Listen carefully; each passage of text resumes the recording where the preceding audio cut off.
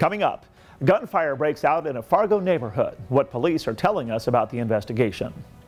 Pro-abortion protests planned this weekend at locations around the region. And how a record crowd is expected over the next 10 days at the Red River Valley Fair. Hello and welcome to the Nightly Review. I'm Tom Tucker.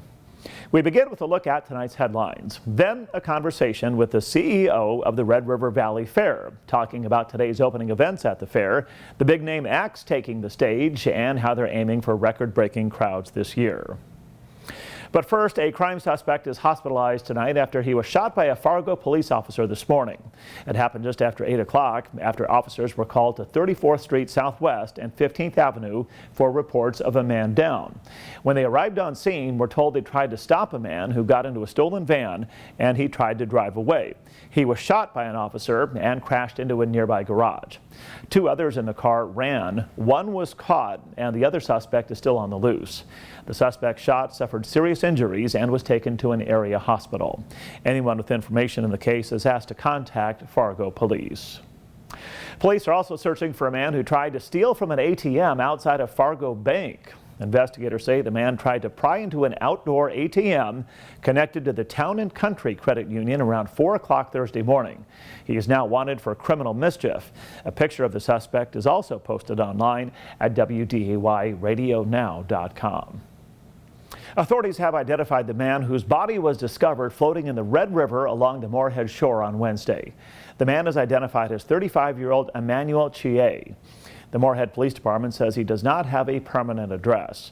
We're told there's no evidence of significant trauma to the body and a toxicology report is still pending. Pro-abortion rallies are planned for tomorrow in Fargo, Bismarck, and Minot. Planned Parenthood North Central States is organizing the rallies, saying they will fight an upcoming abortion ban in North Dakota, quote, at the legislature and at the ballot box.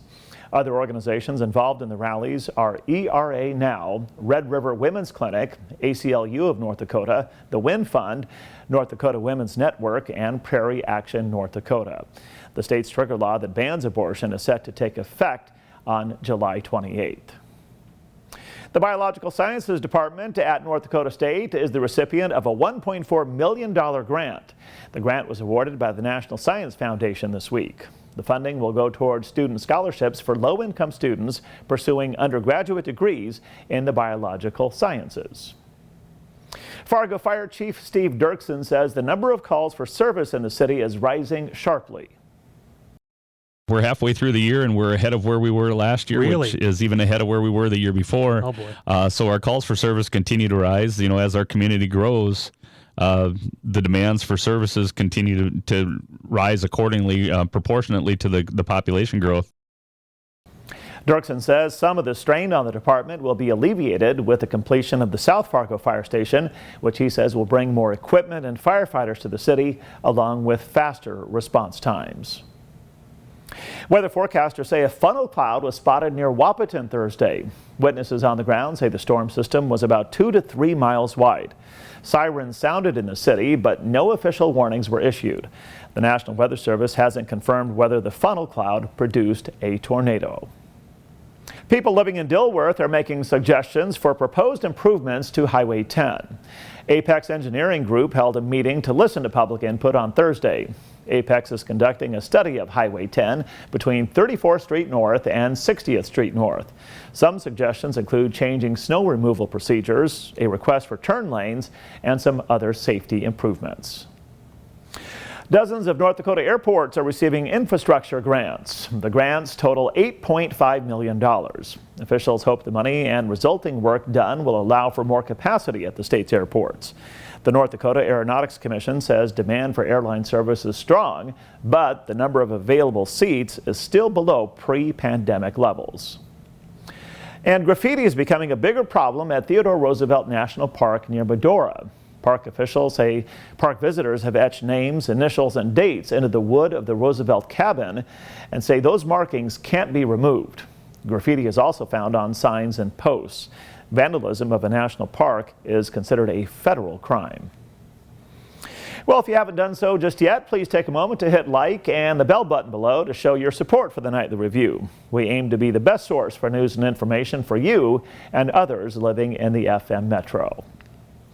Lots of sunshine across the region today, making for nice conditions for opening day at the Red River Valley Fair. Chief Meteorologist Dean Wysocki is in the Skywatch Weather Center to let us know if the nice weather will continue through the weekend. Thanks, Tom. It looks like a pretty quiet overnight tonight. We'll have clear skies to start off with and a few clouds coming in towards sunrise. Can't rule out an isolated storm towards sunrise with lows in the low to mid 60s. And then the humidity and heat return for Saturday. High of 90. Can't rule out an isolated afternoon storm, but a better chance of storms coming in overnight Saturday night. After a high of 90 with high humidity and breezy conditions on Saturday, we'll drop down to 70 Saturday night. Those storms roll in after midnight and last through Sunday morning, and then a hot, humid one on Sunday with highs in the mid to upper 80s.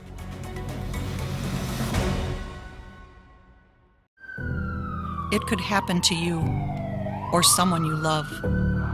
One moment, one diagnosis can change everything. Thankfully, there's a program that helps caring people uplift families through a crisis.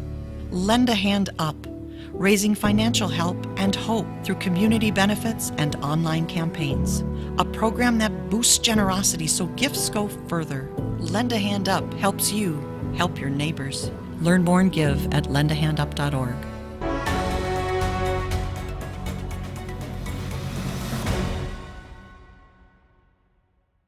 Welcome back to the Nightly Review and the one-on-one conversation. They call it the 10 best days of summer. Today is opening day for the Red River Valley Fair in West Fargo. Fair CEO Cody Cashman says they hit an attendance record last year, and this year he's hoping for a new record of more than 200,000 people. Despite being impacted now by the labor shortage, Cashman says this year's fair will be the biggest and the best yet. Well, I am beyond excited. Perfect weather, 10 amazing, fun-filled program days. We have worked so hard all year. Last year we planned this fair. During the 2021 fair, we were planning 2022, and it's finally here. I just got butterflies. I love it. Cody, if you can, describe the mood and the vibe out on the fairgrounds right now. Well, everybody's expecting the best fair yet, and that's exactly what we're going to deliver this year. We have really set the bar high this year, and our plan is to make sure that everybody that comes through the gate has the greatest experience ever, like they're walking into Disney World. Obviously, we don't have the flash that Disney World has, but we're going to give everybody the best opportunity possible to have an awesome either a family vacation or just come out and have a good time and watch some concerts, watch the racing pigs, the 4-H exhibits that are behind me. This is what it's all about, is the community. This is your fair, and that's what's so exciting. You have some specific ideas in mind with regard to attendance. Talk about that. So attendance last year was a record breaker. I think we're about 137,000 last year. My goal is 200,000, and it's a lofty goal, but that's my goal, and I really want to get to that goal. I was a little disappointed last year. Everybody said, "Are you happy with the attendance?" I said, "Yeah, I'm not satisfied. I want everyone here. This is their fair. Why aren't you here?" So we really worked on our program to make sure we had enough for everybody. If you're 1 or 101, we got something for you. It seems like every year, fair CEOs, including you, say this year's fair will be the biggest and the best ever. How will that be the case this year? So, not necessarily the amount of money we spent, but I can tell you right now, our staff is leaner and meaner and better than ever before. And I'll tell you that the best thing about this fair this year is the board is more so behind us as much as they have been in the past, but even more so this year. The staff is excited, ready. I tell everybody they actually care. We're working, we have this passion to make sure that people that come here are smiling and happy.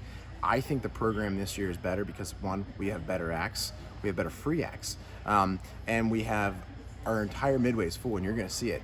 Our vendors are actually here this year. Last year we had COVID still lingering. And so now we're completely full. We have no more vendor spots available. And when you get here, you're going to need more than one day to see the whole fair.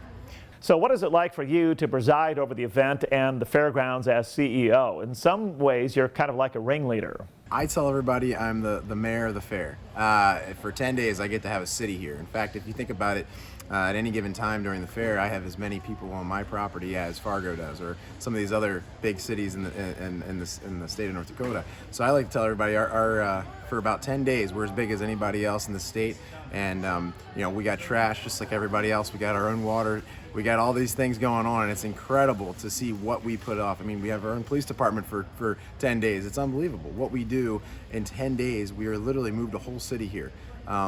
The amount of power we use, it's just incredible. I mean, when you just think about what we're doing here in such a short time, it's unbelievable. And I'd like to thank Cody Cashman, CEO of the Red River Valley Fair Association, for joining me for tonight's one-on-one conversation. The fair has been providing summer fun and entertainment since 1905. Music acts include Three Doors Down hitting the main stage tonight at 8 o'clock, and the headliner taking the stage tomorrow night at 8 o'clock is Tim McGraw. Should be lots of fun. Well, that will do it for this Friday night, July 8th, 2022. I'm Tom Tucker. Thanks for watching the Nightly Review, and have a great weekend.